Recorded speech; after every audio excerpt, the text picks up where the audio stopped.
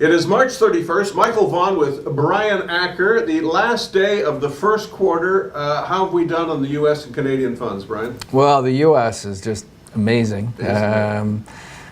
We're up almost 8%, let's call it 7.5% in the U.S., but the index is about 11.5%. Maybe call it just over 11%. So we are behind the index, certainly in the first quarter, but February blew away everything, surprisingly, just in terms of performance. So we got another 3 quarters to catch up. Canada, I mean, we've been still about 1%, and the index is 2%. So nothing to write home about. Again, a lot of money being sucked out of Canada, and but we'll see what happens. Well, the governor of the Bank of Canada warned months ago about the shock to the economy of the collapse in oil prices and says the economy is in atrocious shape today. Yeah, I'm warming to the guy. I mean, I love Mark Carney, but this guy speaks his mind. Yeah. And I couldn't agree with him more. Canada is in a pretty tough spot. High oil prices, certainly over the last 5 years, covered up a lot of our sins. But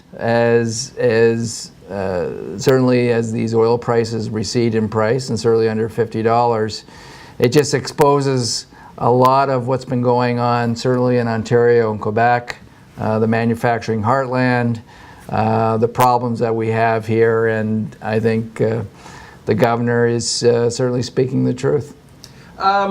This has brought the Canadian dollar down in a significant way. That should help. And I also thought that the money that's not going into the gas tank might find its way to consumer items. Right. So let's talk about the Canadian dollar. Certainly no surprise to us that the Canadian dollar has fallen. Keep in mind, especially in our U.S. fund, we sold Canadian dollars in terms of our hedge at 102. And here it is at 78.5 today. But keep in mind, the Canadian dollar has been around par for the last 10 years. Ontario in particular, we've lost, I think, 300,000 or more manufacturing jobs. A lot of those plants have shut down.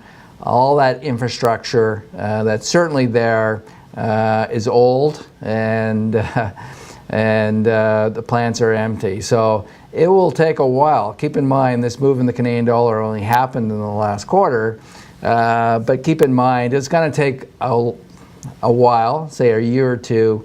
We have to go through this trough, if you will, of non-activity as this infrastructure, as plant and equipment gets built out here in southern Ontario. That only makes sense. So unfortunately, we've seen the fall of the dollar, but we haven't seen the benefits as yet, and it's going to be a while. So. Well, you blogged out a picture of a kitten hanging onto a clothesline. I think you got it. Well, the Canadian market, it's trying to hold in there, but it's tough. It's tough because certainly world money flows are reversed here in Canada, and quite frankly, with all emerging market economies, it's all going into the U.S. dollar all over the world. So, I mean, again, Canada is in a tough spot here, and but the challenge is certainly we have to get our act in order. We certainly need good government policy, but also that just be happy that the Canadian dollar is doing what it's doing, because if the Canadian dollar was certainly higher than here, then we would experience outright deflation. That would bring in certainly the value of your houses. That would certainly bring in a lot of bad news, certainly for Canada. So be glad on the Canadian dollar side. That's our pressure valve to keep everything, if you will, running smoothly so we can make this transition back into manufacturing and that's what you have to look forward to for another couple of years. So. Regardless of the atrocious economy, I still see value in the right equities. Absolutely. So but people they're not in the market. No. They're not. You know, it used to, that's what you talk to your friends about, but nobody's owning stocks. Nobody. But you have to be in the right ones. I suppose they are. Maybe they've got ETFs somewhere, but...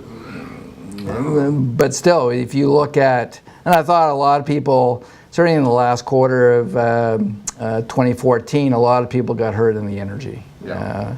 There were some high-flying energy companies there, huge valuations, and they've just been knocked, if not 50% lower, a lot lower than 50%. So I think a lot of people were caught there.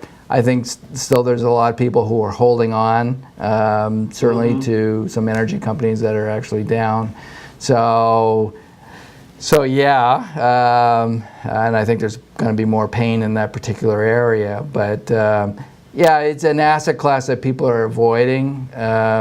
There's a lot of people certainly on the internet claiming, you know, the world's going to come to an end. But all I can say is for everyone out there, and certainly the clients at Acker Finley, to be truly diversified in all your asset classes, I think is probably the most important thing here.